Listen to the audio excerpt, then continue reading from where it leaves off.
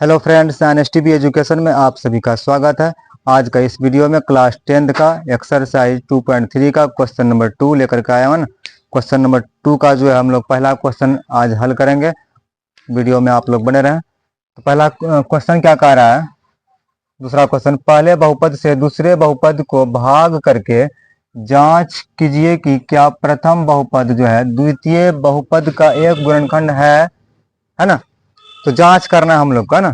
दो बहुपद दिया गया, प्रथम बहुपद और द्वितीय बहुपद। क्या करेंगे? प्रथम बहुपद से द्वितीय बहुपद में भाग देंगे। भाग दे करके जांच करना है कि प्रथम बहुपद जो है द्वितीय बहुपद का एक गुणनखंड है या नहीं है। अगर अगर जब प्रथम बहुपद से भाग देने पर जो है शेषफल 0 आ जाए तो इसका मतलब गुणनखंड होगा। अगर 0 शेषफल नहीं आया तो इसका मतलब गुणनखंड नहीं होगा। तो यह प्रथम बहुपद क्या हो गया? प्रथम बहुपद हम लोग के पास ये है t² - 3 और द्वितीय बहुपद ये है। तो हम लोग क्या करेंगे? मान लेंगे प्रथम बहुपद को। क्या मानेंगे? हल में लिखेंगे प्रथम बहुपद। प्रथम बहुपद क्या दिया गया है? GT। प्रथम बहुपद को हम GT मान लिए। और GT क्यों मान लिए? और द्वितीय बहुपद को हम मान लेंगे PT। इसको PT क्यों मानेंगे? क्योंकि हम लोग जो पहले मान रहे थे PX बहुपद को, एक ठो को मान रहे थे GX। दो बहुपद रहता था। एक्स क्यों मानते थे? क्योंकि वहां पर चर जो है एक्स रहता था, इसलिए एक्स मानते थे ना। यहाँ पर जो चर है सब में चर क्या है? चर संख्या टी है। सब में टी है, इसलिए जीटी और पीटी मानना पड़ेगा हमको यहाँ। ठीक, जीटी और पीटी मानना पड़ेगा। तो जीटी कितना दिया गया? जीटी ये वाला बहुपद, प्रथम बहुपद को जीटी मान लिया। जीटी क्या दिया गया? t² - 3। और पीटी क्या दिया गया है? 2t⁴ plus 3t⁴ minus 2t² - 9t - 12। उसके बाद अब क्या करना है? भाग देना है। जब भाग देंगे, भाग देने के बाद जब शेषफल 0 आएगा तब ये बहुपद जो है दूसरे बहुपद का गुणनखंड होगा। तो क्या करना है? भाग देना है जीटी से। भाग दे देंगे। जीटी क्या है? t² - 3। इसमें इससे भाग देंगे किसमें? 2t⁴ plus 3t⁴ minus 2t² - 9t - 12। इससे भाग देते हैं तो t², यहाँ पर t⁴ है, यहाँ पर 2 है, यहाँ पर 2 नहीं है। 2 लगाएंगे क्योंकि 2 यहाँ नहीं है, यहाँ पर 2 था, बराबर हो गया। अब t² यहाँ पर है, t यहाँ पर पावर 4 है, पावर 2, t⁴ 2 का कम ही है, इसको भी लिख दो ना। अब क्या करना? गुना कर देना। गुना करने के बाद 2 का 2 और t² करेंगे तो क्या हो जाएगा? t⁴ हो जाएगा। फिर -3 से गुना करेंगे, माइनस प्लस माइनस हो जाएगा।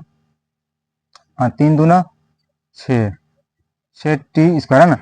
अच्छा, इसको यहाँ क्यों लिखा? यहाँ क्यों नहीं लिखा? क्योंकि t² है, यहाँ पर t² है। t⁴ है तो स्क्वायर वाला के सामने लिख देंगे। पावर 3 रहता तो पावर 3 वाला के सामने लिखते, है ना। स्क्वायर है तो स्क्वायर वाला के सामने लिखे हैं। पावर 3 रहता तो पावर 3 वाला के सामने लिखते हैं। अब क्या करना है? चेंज करना है। प्लस में है तो माइनस, ये माइनस में है तो प्लस कर दो। अब इसको कटा देना प्लस माइनस में।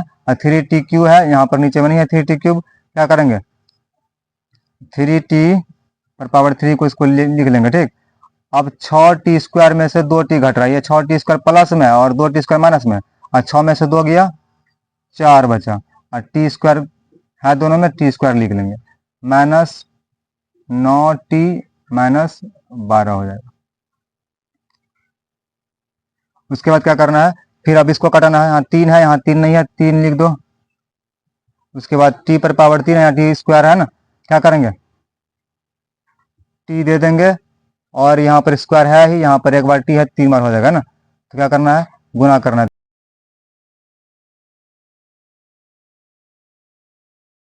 माइनस प्लस हो जाएगा, माइनस और 3 तिहाई 9t, ये माइनस ये प्लस में, ये दोनों कट गया। क्या बचा? 4t² बच गया। 9t में से 9t भी कट गया क्योंकि ये प्लस माइनस में था, ये प्लस में था, घट गया। अब 4t² अकेले था, t² वाला नीचे में नहीं था, जिसको 4t² लिखना पड़ा। माइनस में क्या बचा? अब सिर्फ 12 बचा है।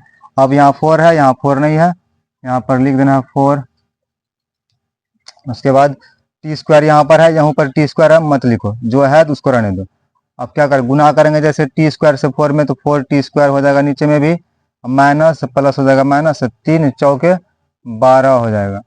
फिर माइनस हो जाएगा, यहाँ माइनस है तो प्लस हो जाएगा, चिन्ह को चेंज कर देना। अब ये प्लस माइनस में कट गया, ये भी माइनस प्लस में क्या हो गया, कट गया, क्या बचा शेषफल में जीरो, शेषफल में क्या बचा जीरो, यही है शेषफल।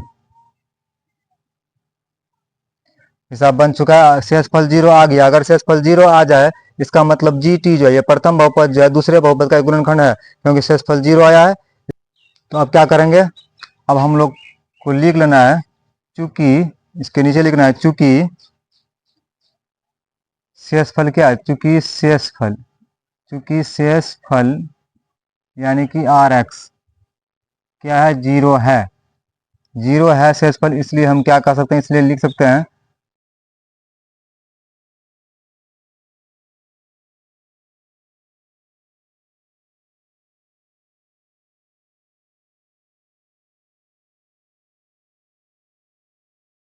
गुणनखंड है, गुणनखंड है। क्यों गुणनखंड है, कैसे गुणनखंड है, क्योंकि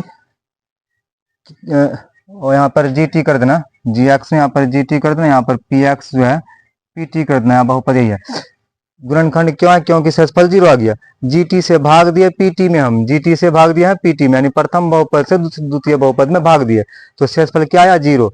जब शेषफल जीरो आ जाए, यहाँ है ना शेषफल जीरो, जब शेषफल जीरो आ जाए इसका मतलब है कि जिस बहुपद से हम भाग दिए ना, इसका मतलब जिस बहुपद से हम भाग दिए वो बहुपद जो है उस बहुपद का एक गुणनखंड है। जीटी से भाग दिए पीटी में, है ना, तो क्या लाया जीरो आया शेषफल, इसका मतलब है कि जीटी जो है पीटी का क्या है, एक गुणनखंड है, गुणनखंड रहेगा तभी ना जीरो आएगा। तो उम्मीद करता हूं कि आप लोगों को ये समझ में आ गया होगा। अगर समझ में आया होगा क्वेश्चन और आप लोगों को वीडियो अगर अच्छा लगता है तो आप लोग क्या करें, इस चैनल को सब्सक्राइब करें और बेल आइकन को दबाएं, ताकि जब भी मैं न्यू वीडियो लेकर के आऊं तो आप लोगों को नोटिफिकेशन जाए और आप लोग वीडियो को देख पाएं। आप लोग फ्री में तैयारी कर सकते हैं आराम से ऑल सब्जेक्ट का। Thank you.